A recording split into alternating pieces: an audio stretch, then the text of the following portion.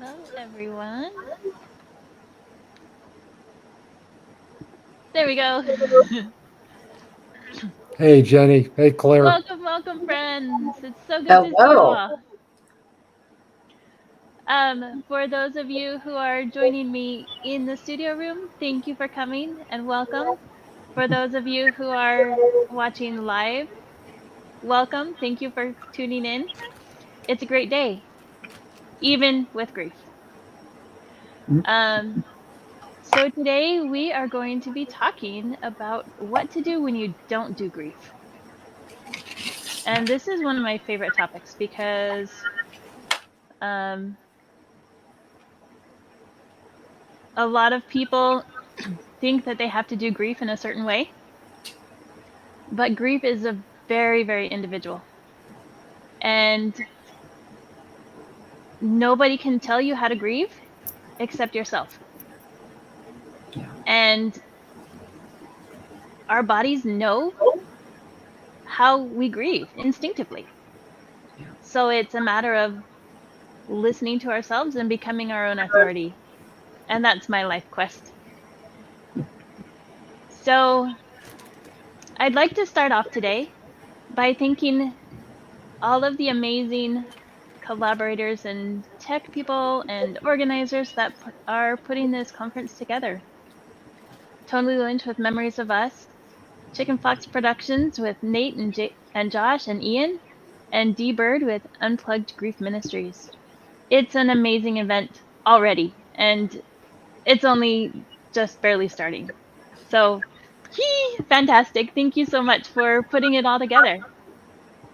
I feel so blessed and to be a part of this community and to be in this space. And I also appreciate the beautiful banner that they showed before I got on. So as it said, my name is Jenny Diltz, and I'm the founder of Grieving Coach and the host of the podcast Share Your Story, Exploring Humanity One Heart at a Time. And I also host regular workshops and events, kind of like these, to help people understand what grief is and how to do grief in their own way. So this is going to be an interactive workshop presentation where we will draw on my experiences, both personally and professionally, and also your experiences and your comments. Because as we share with each other, we all benefit and we all learn. So I encourage you to use the chat, use the,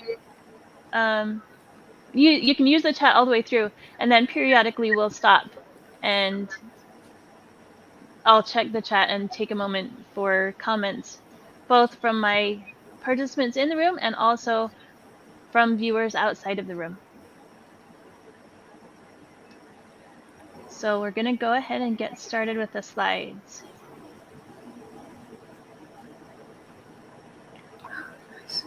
So the title of this workshop is What to Do When You Don't Do Grief.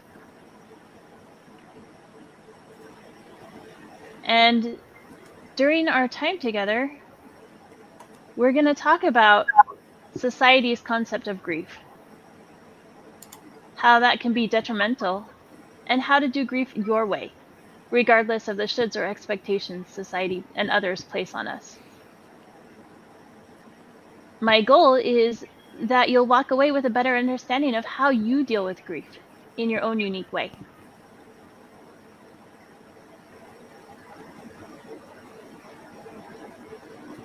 So we'll start by covering different myths of grief, and then we'll go into the difference between grief and mourning, and then we'll cover different styles of mourning, and then I'll share a special offer that I have for you. So let's open it up for audience participation. What is one should that you have heard in relationship to grief? Hmm.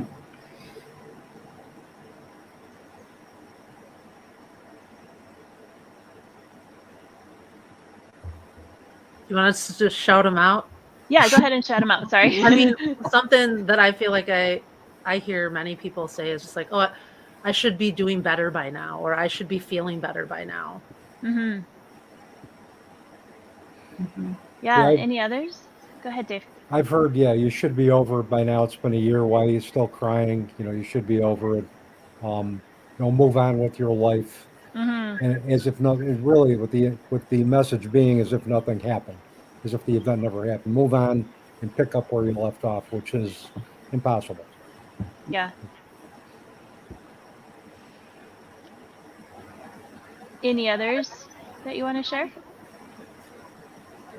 It's also that huge misunderstanding of what that process looks like is, oh, just go back to work and, not address all of this. And it can be in 5 minutes or it can be in 5 years. It really doesn't matter what the space of time is. If it hasn't been addressed, it's not like it's going to go away. Mm-hmm. I think there's also a lot of shoulds and shouldn'ts. So you should go back to work. You should stay home with your kids. You shouldn't sell your house. You should sell your house. You should move closer to family. You should stay in your community. And so you get a lot of contradictions also. Yeah. With so many shoulds going on, it's so hard. It can be so hard for us to tune all of those out and focus in on ourselves. And we're getting comments. I should talk to somebody, but Can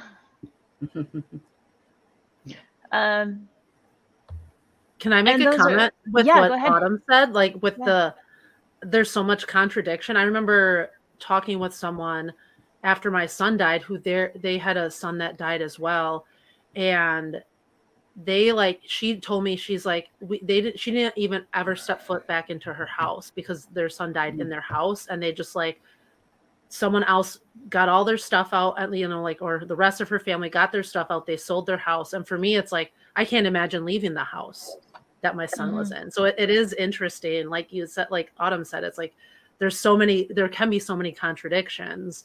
And she didn't tell me that we should, but she said, everyone's, like you said, it's like everyone's different, and everyone has their own experience on what feels good for them. Yeah. Well, and the contradictions, I think, are based on everybody has a different view of how you should be grieving. And if you talk to different people, they're going to have different views. So I think you are going to get contradictory views. The thing is what do you believe and how do you believe you should grieve and what's right for you? Exactly. And I think one other thing I would want to add is, if the loss that you've had, maybe that relationship wasn't that great. Maybe it was complicated. Maybe you're angry. Maybe you're having difficult emotions. So there's that, don't speak ill of the dead. If we're talking about someone who's passed, you shouldn't feel angry or guilty or resentful or any of those harder emotions. You're only allowed to be sad. Mm-hmm. You're only allowed to miss them. Well, what if you don't? Yeah. What if you're relieved? Yeah. Mm-hmm. Yeah. And that's what we're going to talk about today. What if, like, what do you do when you're not doing grief the right way? Can I even grieve? So you may be wondering, how did I get into this space of grief? Honestly, I never thought that I would be here. I never saw never saw myself as an expert in grief. And the more that I interact with my colleagues in grief, I'm learning that I'm even an outlier there, because I've never experienced the loss of somebody to affect me in my daily routines. So how in the world, why would I be in this grief space at all?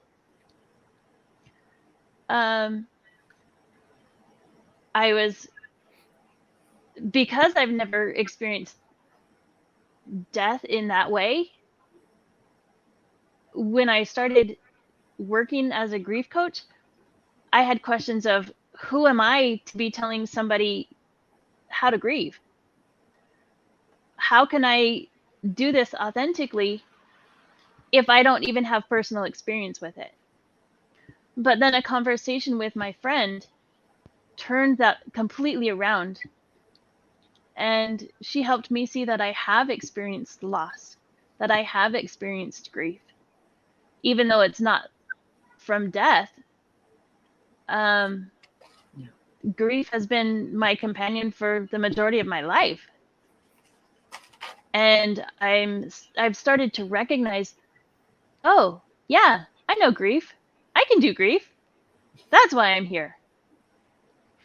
And it's become a life mission for me to help others in their grief. People come up to me saying, I don't know if I'm grieving the right way. I want to know where I'm at with my grief.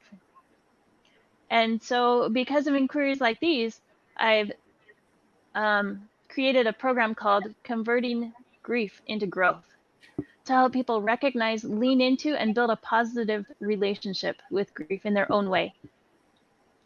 And so I work with people one-on-one. I work with people in workshops and events, and write articles and educate so that people can feel validated and accepted in their grief journeys in their own way.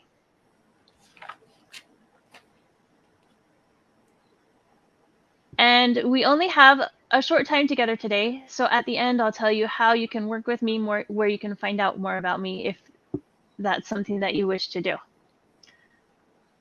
So going on to the myths of grief.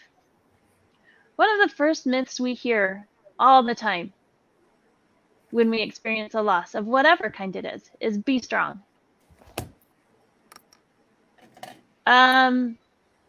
People tell us all the time, don't cry, they're in a better place, you need to be strong for them. They wouldn't want you to be sad, right? These are not necessarily very helpful. And that's why this is a myth. It's a myth that we need to be, that strength is not showing our emotions. It's not expressing tears or sadness. Excellent. Yes, it's another should. That we should be strong.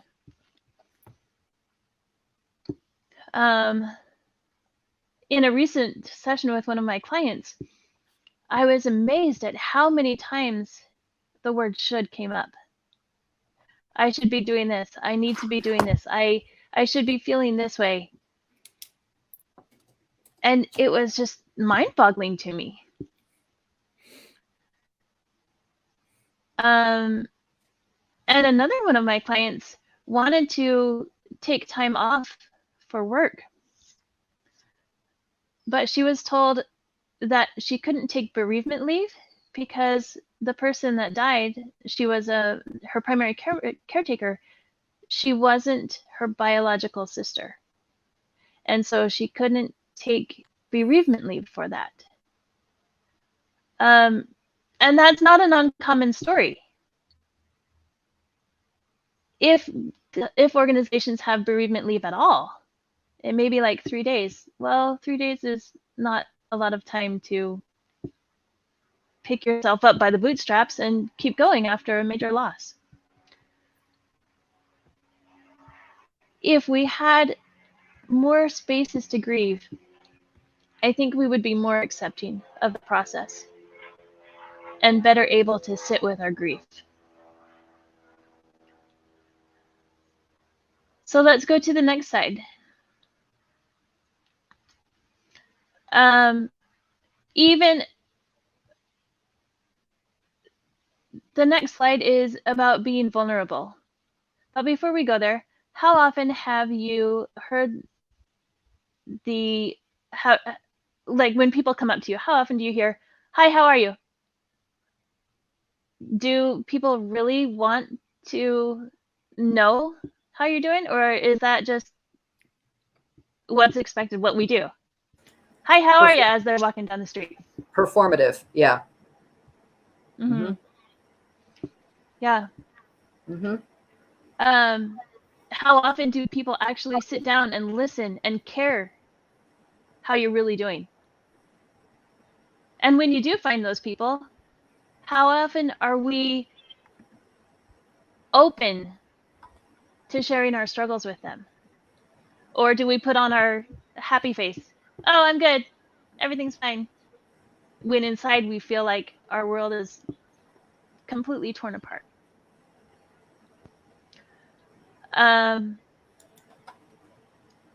So for me, one of the biggest ways to be strong is actually to be vulnerable. Chris Jummy says, "To share your weakness is to make yourself vulnerable. To make yourself vulnerable is to show your strength." Any thoughts on that?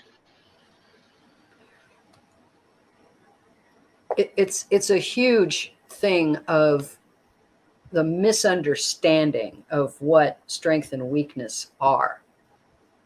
And that can be within families, that can be, and it can go either way with men and women.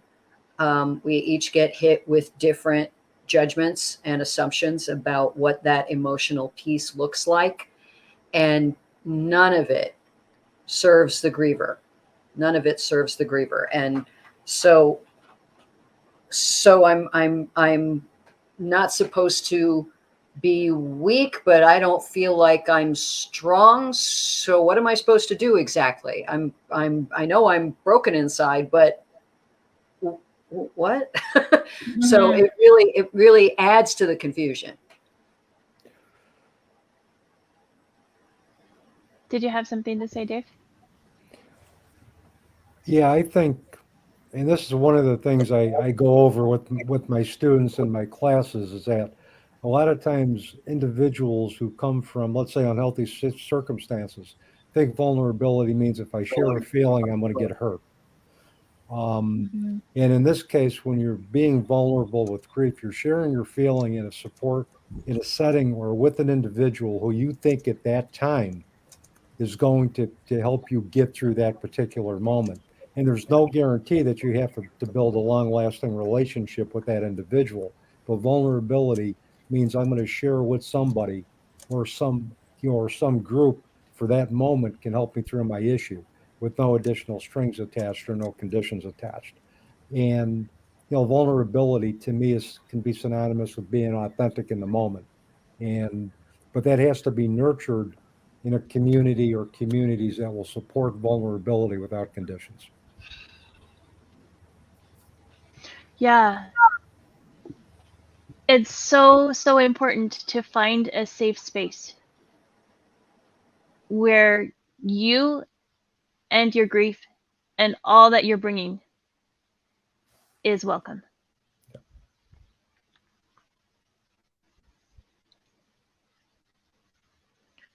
Any other comments on this slide?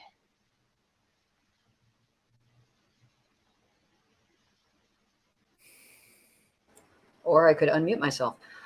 Just to dovetail off of what Dave just said and what you said, Jenny, is that safe space applies to not just the overall expression of our grief, but maybe there are things about yourself or the person that you've lost or your circumstances that maybe you end up in a place where you don't feel comfortable sharing that.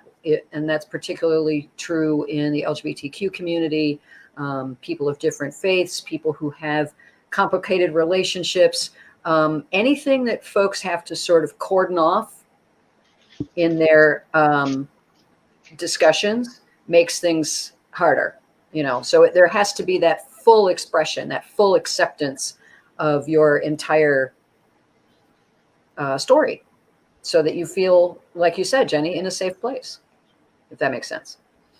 Yeah, it absolutely does. I also think too, like when just like rereading your slide where it says like seeing vulnerability as a superpower, I think when it really becomes a superpower is when you're vulnerable and people see that, it gives them permission to be vulnerable too. And so you're giving other people permission to really kind of say that it's like safe for them to be vulnerable around you because you are being vulnerable yourself.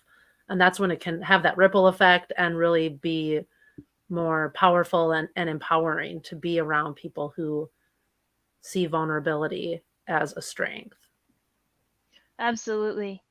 And that's actually one of the points that I was going to share on this slide is as we open up about our struggles, our failures, our mistakes, our weaknesses, we give not only ourselves permission to be human, we also allow other people, we give other people permission to be human.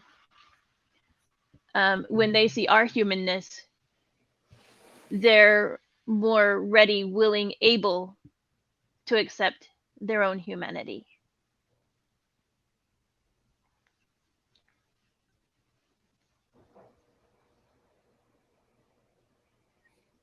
So let's go to the next myth. The second myth that we often hear is that if it's not the death of a close loved one, it's not grief. So many times I hear people say that they're feeling something heavy, something sad, sort of kind of like depression or hopelessness, but they're confused because they haven't lost a loved one. They haven't experienced the death of somebody that they love. So when I first started as a grief coach, like I said, I thought, who am I to be in this space? I haven't lost anybody. I haven't experienced grief. But when I was talking with my friend that day, I shared an experience, and she looked at me, or maybe we were on Zoom, I don't know, but she looked at me and she said, that was a loss. That was a big loss. When I was pregnant with my second child, I got dismissed from my master's degree in speech pathology. And that was a traumatic experience. It was a huge loss for me. I lost my identity as a student. I lost my place in the program. I lost essentially I lost my job and my income because I was doing my clinical rotations in the school district. And because I was dismissed from the program, I was no longer in the job. I lost my routines. At the time, I was primary breadwinner for my family. So my family's income went way down. And like I said, I really lost my identity. I struggled with what just happened. And also, why did it happen? Because I felt like I was guided into this space. I was guided into this path. This is what I was supposed to do. This is where I felt like God led me. So to be dismissed from the program was really, really hard for me to make sense of. But as I was talking with my friend that day, I realized if I had not been dismissed from that speech language pathology program, I would not be where I am today. And it gave me a greater appreciation for that experience, for that dismissal, because I was able to have a complete mind shift. That experience allowed me to step into my potential, my passion, my life mission, my life quest. And so I'm actually forever grateful for that horrendous experience.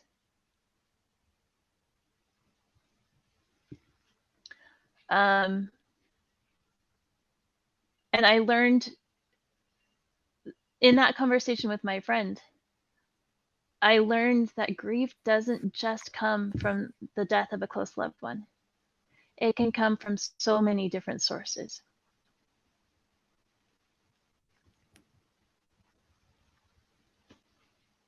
Take a look at this slide. I know it's a lot to take in. There's a lot of words in that square on those petals. What stands out to you?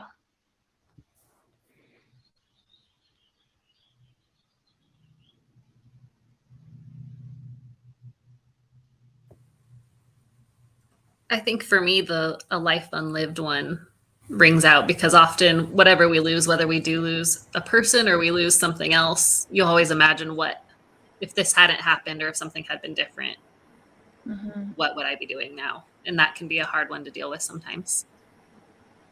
Yeah. I think for me, it's ancestral grief only because ancestral healing is something I've been engaged in the last part of my, it's the latter part of my journey. And I realized that I did have a form of ancestral grief, given, some of the actions of my ancestors that affected me. But so I've embarked in the second half of my journey, really the latter half of my journey, on really healing those wounds, and it's given me another layer of peace.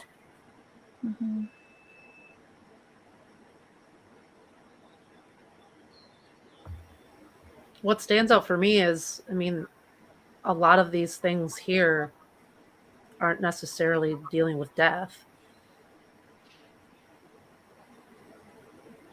And so often people associate grief with death, kind of like you were talking about before. So that kind of stands out for me.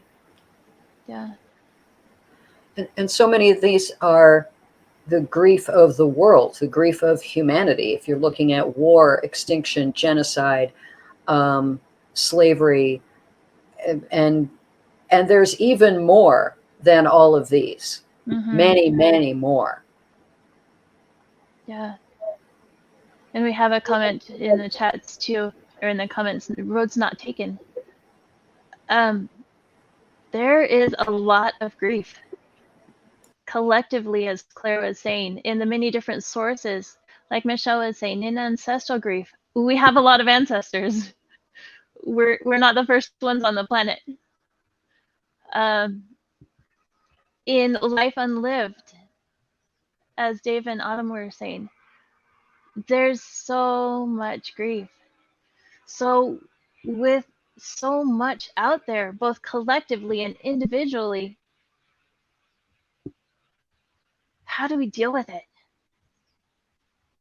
How do we not be overcome by it? One of the first steps in learning to process our grief is to understand the difference between grief and mourning. Grief is the soul's essential, involuntary, and innate response to a loss of attachment. It's the whole experience that accompanies a loss. Mourning is what we do with that grief, or the expression of our grief.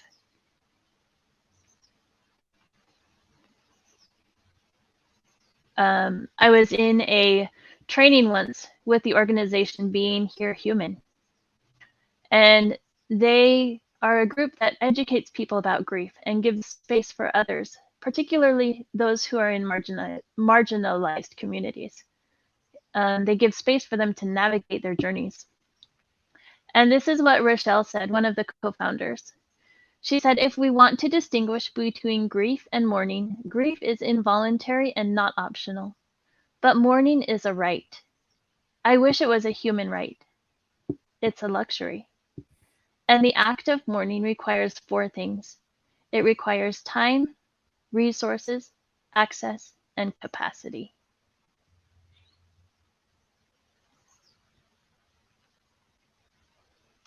I'm just going to pause for a moment to let that sink in.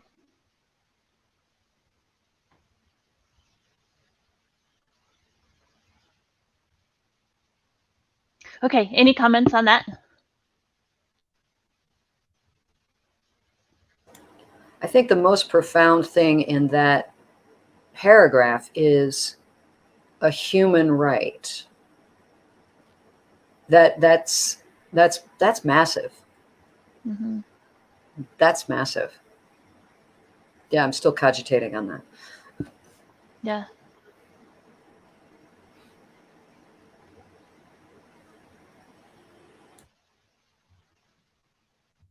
Any other comments? I think something else that says to me that I find interesting is that grief is involuntary, but that then implies that mourning is a choice. So how you mourn, what you do with that is a choice, because a lot of times it's hard to find that choice and to see it and know what to do with it. And people just get caught up in, well, I'm grieving and this, it's just what it is, but you can actually shape it a little bit into what you need it to be. Absolutely.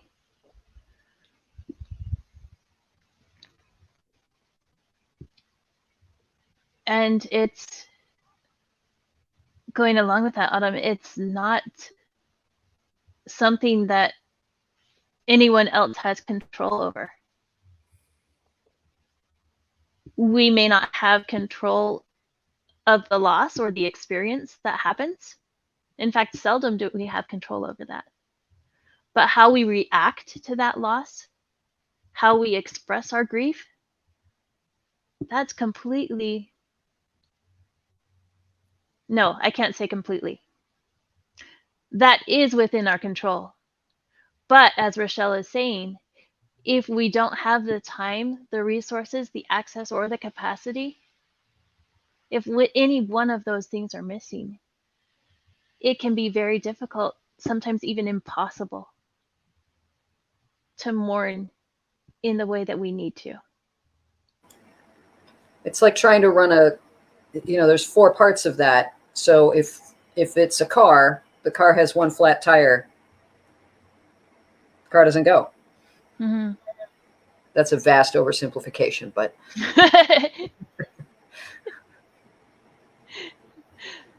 but it's true though. We need all 4 of those. And it's also true that regardless of our circumstances, regardless of our access to time, resources, access, and capacity to grieve, we still have the choice. Even those people who are survivors of the Holocaust, they didn't have a choice. They didn't have access. They didn't have the resources. And yet some of them still came out.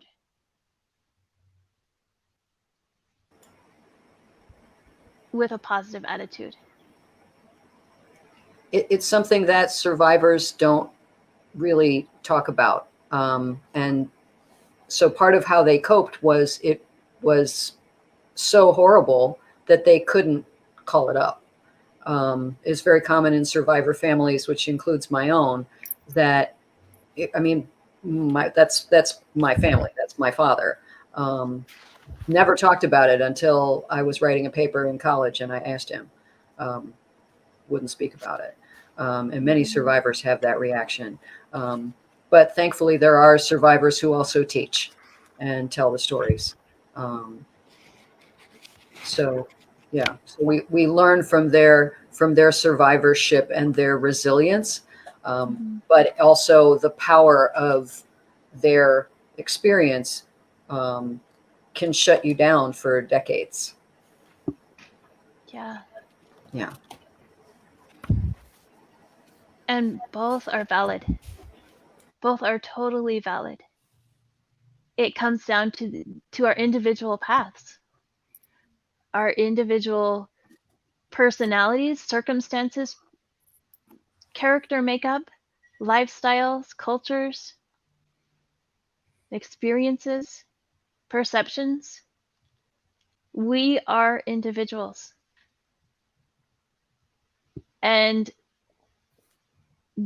one of the most amazing things about grief is that it teaches us how to be our own individual.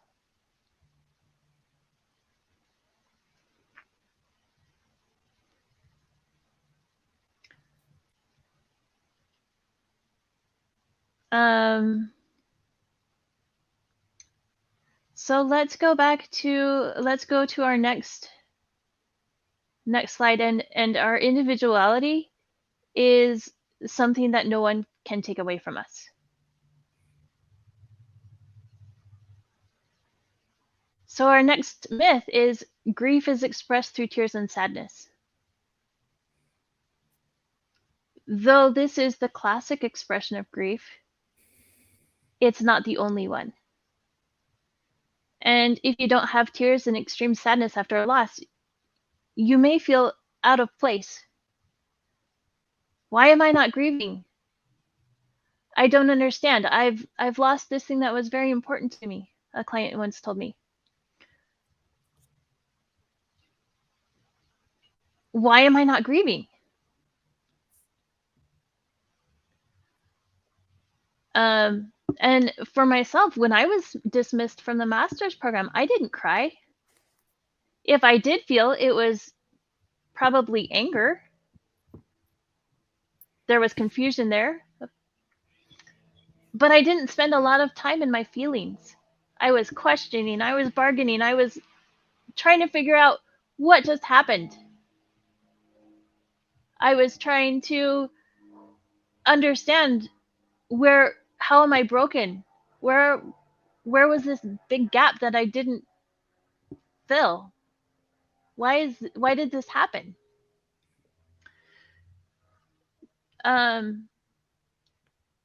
Recently, and as I look back on that experience, all of those, the questioning, the wondering, the confusion, the bartering, the anger, all of those were expressions of my grief. Recently, I was in a Zoom session with a client who lives in the UK, and she wanted to know where she was at with her grief in the grieving process and if she was even grieving. Because she had lost something that was very, very important to her, a very big part of her life. But she wasn't crying. She didn't feel. She was up and going in her life, and that went against all that she had learned about grief. She didn't feel the sadness, but there was still something very heavy, and the connection was still there. So she internally knew that it was grief, but her experience was not matching what she'd learned and been taught, and what society told her was grief. And there was a big mismatch between her grieving experience, her style of mourning, and what everybody said was, this is grief, this is mourning. But throughout our time together, she actually saw that, oh, yeah, I am doing this.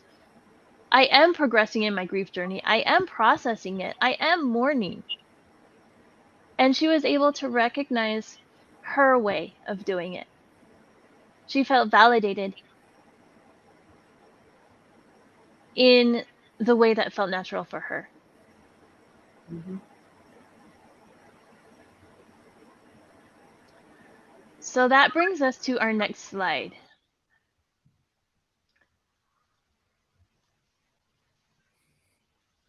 So you may be thinking, why do I have a picture of food in a workshop on grief? It doesn't make sense. For me, it makes perfect sense because I was in the training where I got the idea. So let me enlighten you a little bit as to why I have these pictures here. It's based on the work of, again, the organization Being Here Human. They taught that there are 3 main styles of mourning. The first is emotional. We're pretty familiar with that one. The tears, the sadness, comfort food. Our producers must need a food break soon. So that's the emotional is what we often think about grief. The tears, the sadness, the guilt, the anger, you know. But there's also joy and gratitude and love, and there can be confusion in there. There's so many different emotions that can come up when we're grieving, when we're mourning. And if you process your grief emotionally, you express your grief, you mourn with your emotions. Like, you can sit in the store of the aisle of the grocery store crying bucket loads of tears. That's fantastic. That's an expression of your grief. You can be laughing hysterically the next moment because you remembered something incredibly funny that your loved one did. You can be amazed at the memories and the gratitude that you have, like I was. When I look back at my time when I was dismissed, now my grief includes gratitude. But emotional processing isn't the only way of dealing with our grief. And just going back to the emotional part, I like to use the spaghetti picture because when we're trying to mourn emotionally, you try and pick up one noodle and you get the whole plate of spaghetti. Our emotions are intermingled. And it can get really messy. That's okay. And it's also when you're cooking pasta, sometimes it sticks. So you need to know how to work with the paschetti. Mm-hmm. Yeah. We're actually going to go down to the physical now because it's a little bit related to the emotional. I have a picture of a meat tenderizer. And the reason I use that picture is because that's a metaphor for physical activity.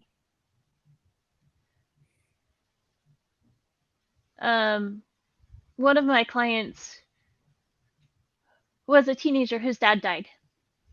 We met in person, and emotional sessions were really hard for her. She would be out like a whole week afterwards. And she didn't like talking about her grief. Her method of mourning was to get on the volleyball court. After practice, she would be dead tired. And she said that it was actually helping her heart heal. Another time she couldn't sleep, and so she made a photo collage of her and her dad. These are all physical actions that we can take to express our grief. So in my sessions with that client, I explained that, fantastic, this is awesome. You're doing you. You're mourning in your way. And I encouraged her to keep doing it and continue to find out those ways that helped her process her grief. When we process our grief physically, and when we are engaged in those physical actions, whether it's on the volleyball court or in a creative act or going on a cleaning rampage, it distracts our brain from the intense emotions that we're feeling. And it allows us to process those emotions in bite-sized pieces. So that's why the emotional and the physical styles are linked. The other one, cognitive, is in its own sphere.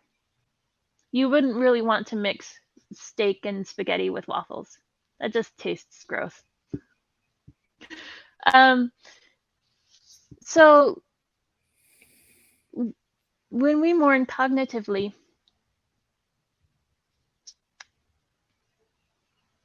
normally it's not seen as acceptable. They're the oddballs. Perhaps they can think of others' grief. They can be the listeners, the strong ones, for people who do mourn emotionally. But what about their grief? What about their opportunities to mourn? Shouldn't they have the right to process their grief as well?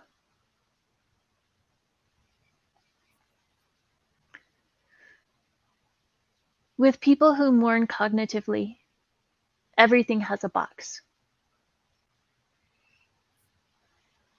And when the syrup is poured on the boxes, it stays in the boxes.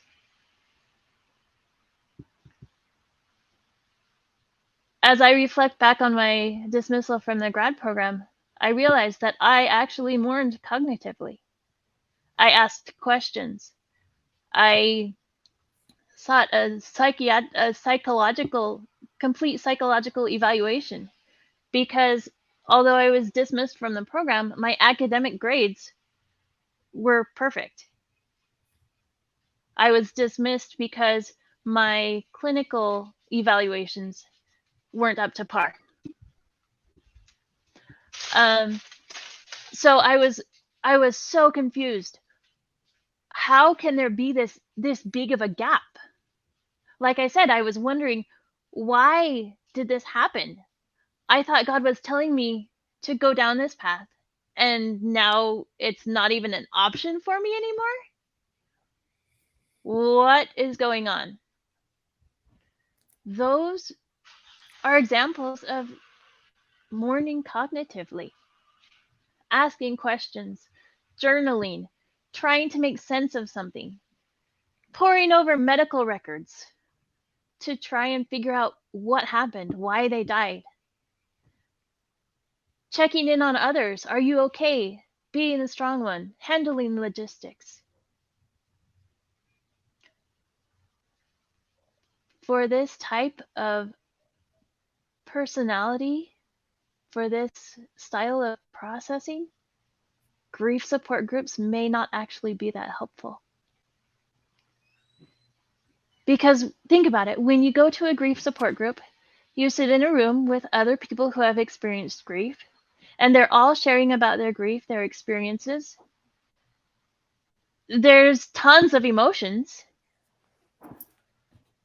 And for someone who doesn't do emotions, that could be very detrimental to their grieving process, because they're already trying to stuff their own experiences into these boxes, and to have everybody else's stuff coming in to try and fit in their boxes, that's way too much. Sometimes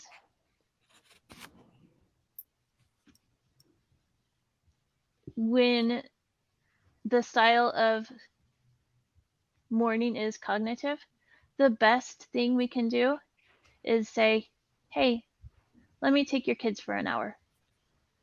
Don't worry about dinner tonight. I gotcha. So that they can focus on what they need to do.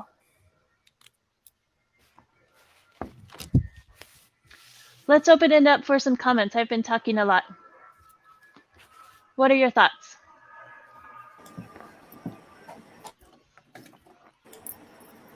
I think what you just said about pitching in when someone is either grieving or mourning, and actually making a specific offer about how you can help, because sometimes people don't know what they need. They have no idea.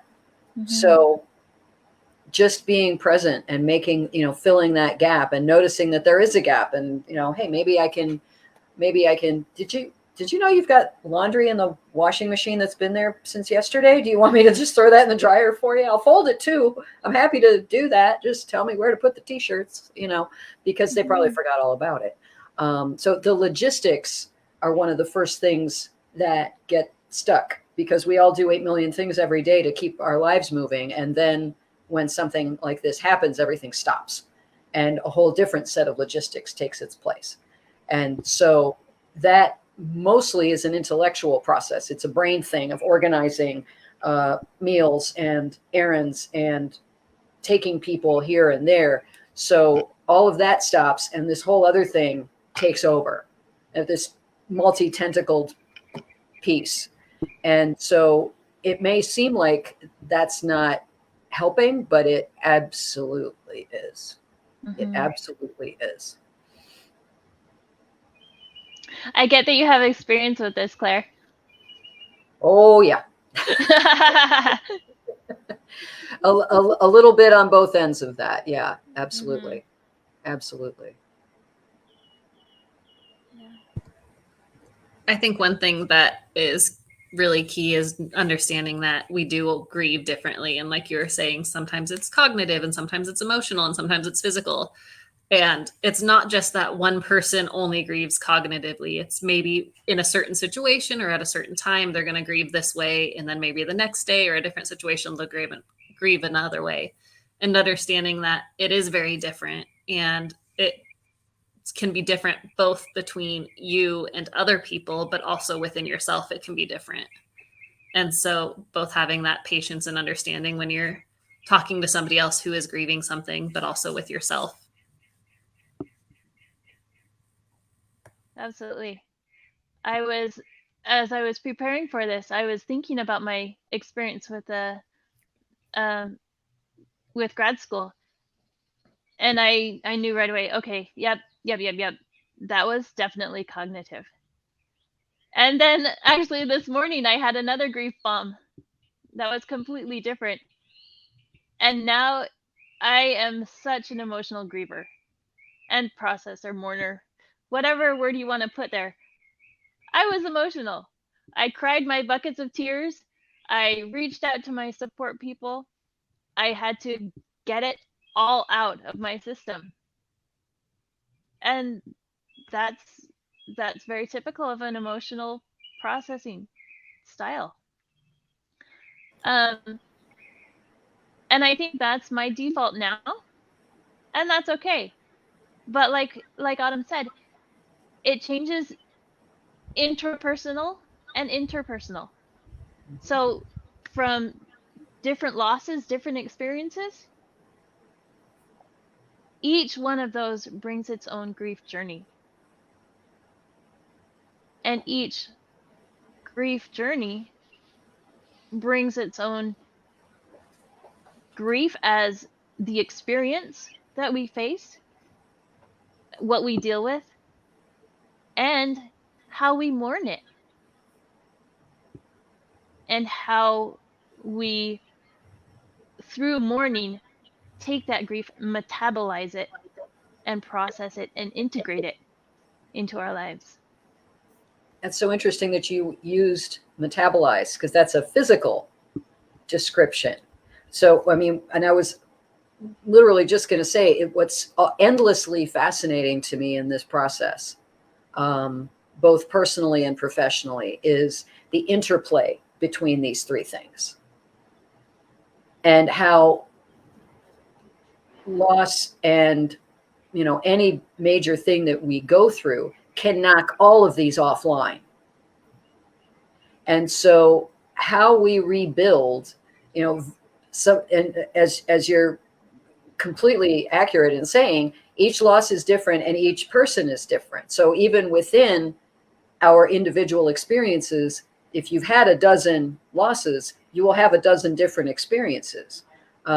So how those each calibrate through each one, because there can definitely be a physical response to grief, and there can also be people will use physical processes to hide their grief.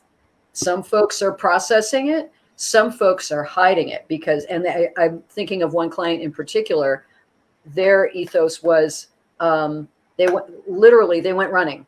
They were running from it, and they got up and they ran every morning, and they like, oh, I feel better. And then they tried to get back to life, and like, I think you're actually running away from this instead of leaning into it. So it can be really tricky, but that's one thing that's so specific and endlessly fascinating, is how each of these things interweaves.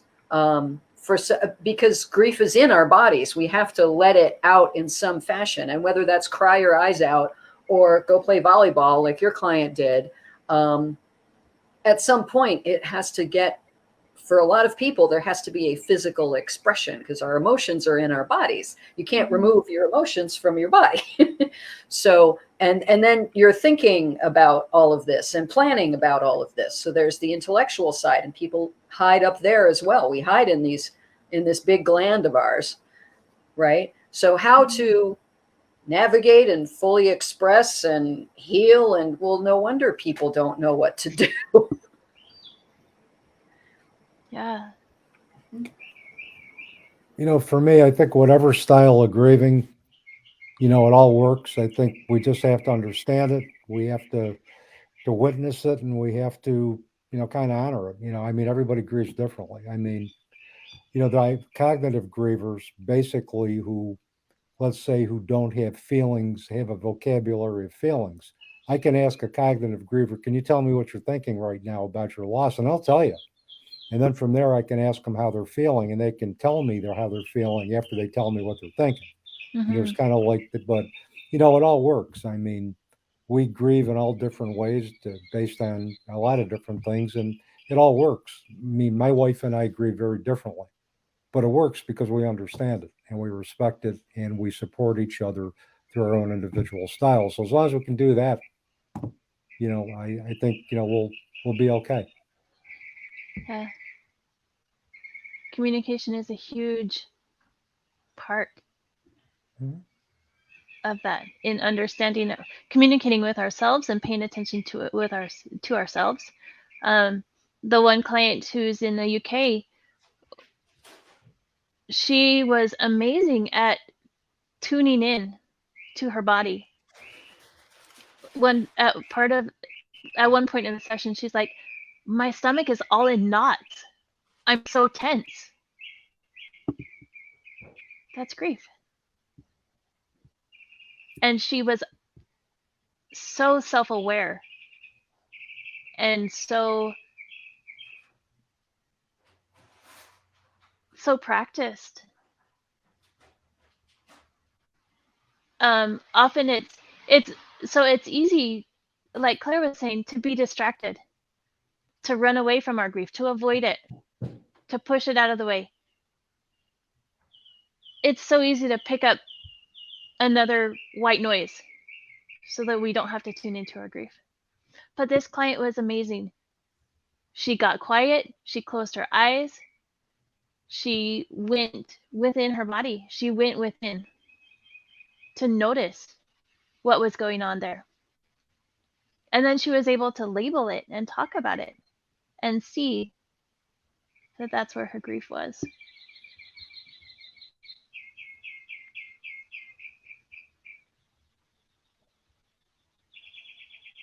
Michelle or Autumn, do you have anything to add?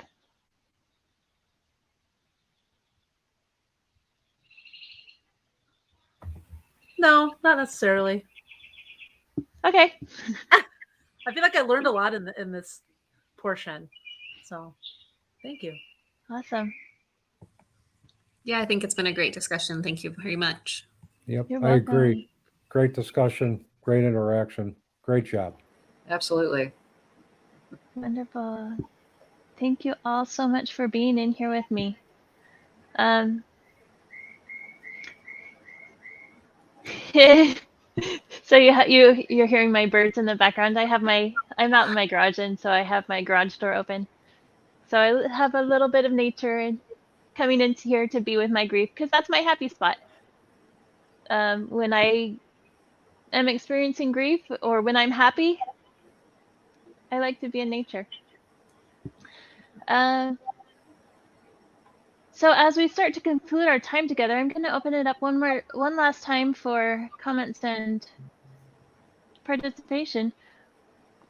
What are your takeaways from this What to Do When You Don't Do Grief workshop?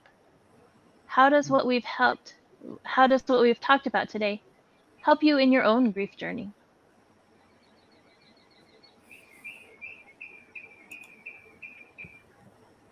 I think one takeaway is that while sometimes it may feel like you don't do grief, you might just be doing it in your own way and not recognizing it. So really thinking about it and what you're doing and being okay with however you do grief. Yeah. Well, and the one takeaway that losses that are not necessarily the result of death have within its own set of grief as intense.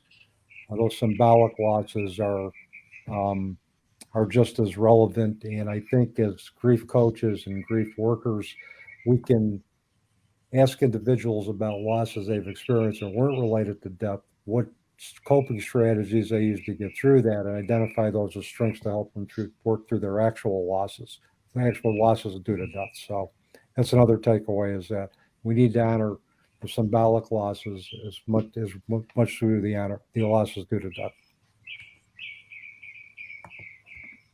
Awesome.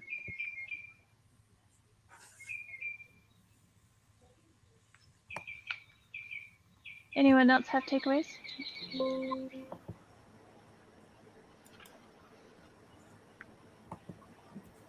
I mean, I guess it always is. This is such a human experience. And sometimes it's really tough for people to acknowledge that. And that there's something wrong if there's suffering. But life is full of rough things. Mm-hmm. And figuring out how to get to the other side of that is absolutely key. And it is doable, and it is difficult, and it is glorious, and it is lumpy, and it is extremely, extremely human. Mm-hmm.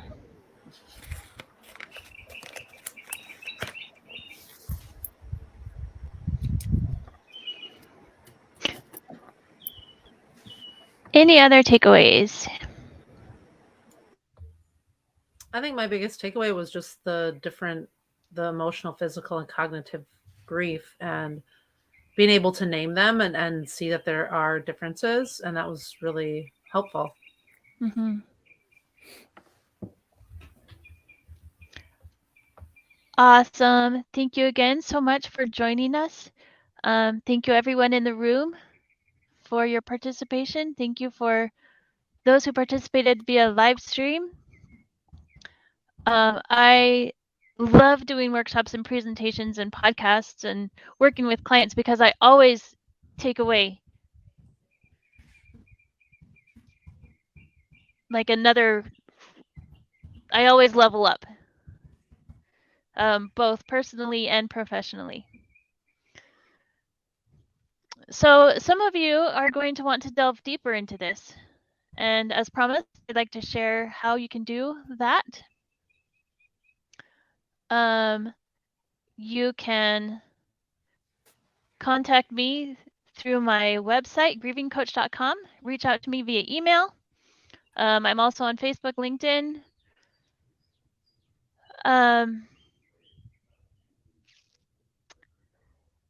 So the three main parts of my program, my coaching, my grief support style, is validation, acceptance, and enlightenment.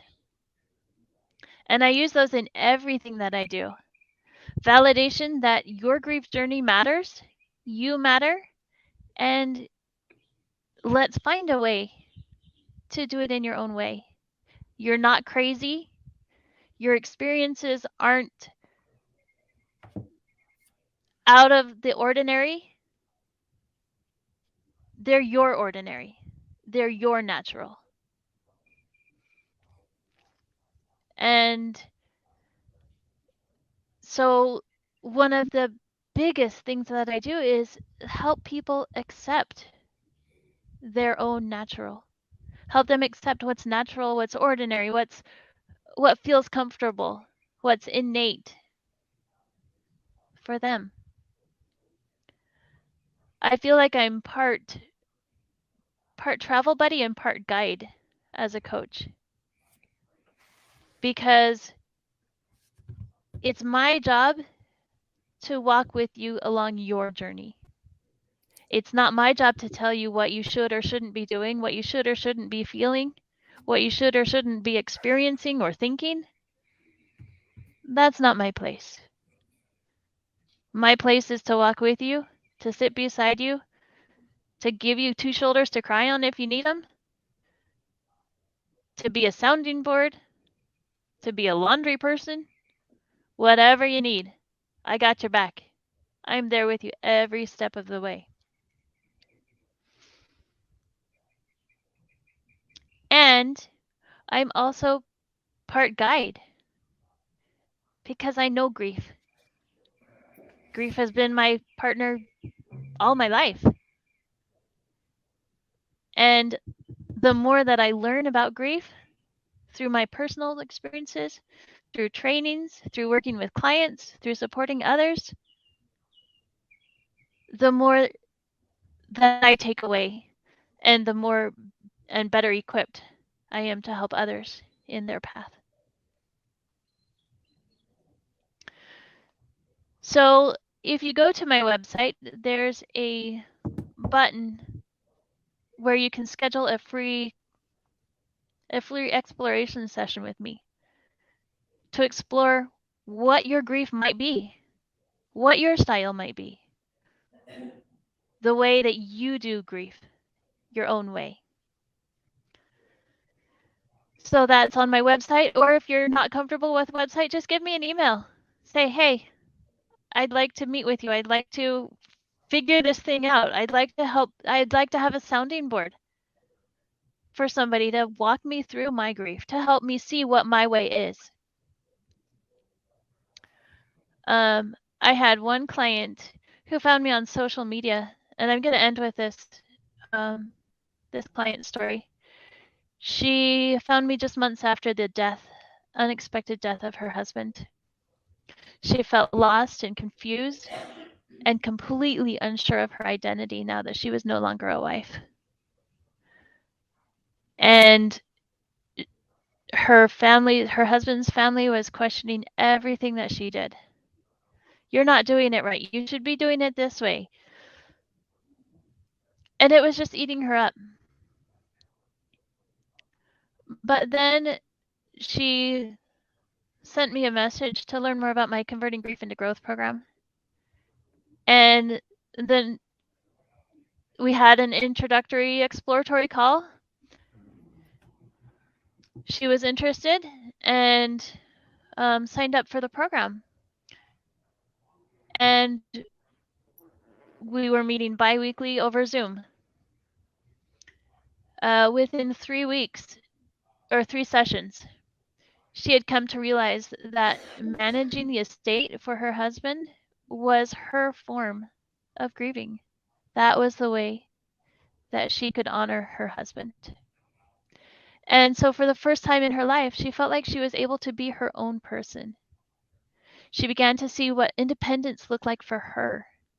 And over the next 2 months, her life completely transformed, both mentally, emotionally, physically, spiritually. And in a testimonial she shared, I'm so grateful Jenny helped me embrace the surprising opportunities that loss presented me. Because of Jenny's help, it feels as though I'm starting a whole new book in my life.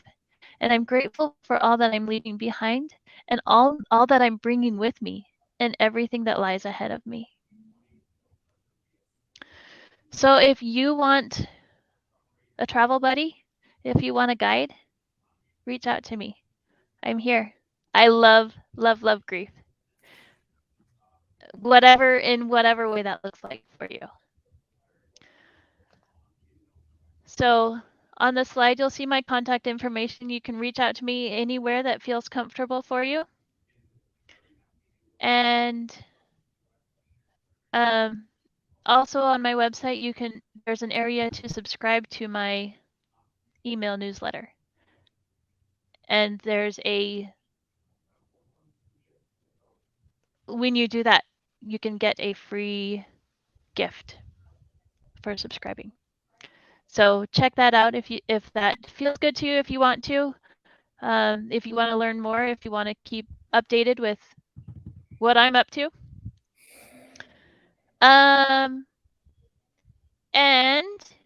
again, thank you so, so much for being here. Happy grieving, happy exploration, and most important of all, be you. Just be you. Do you in your own way and in your own time and with your own authority.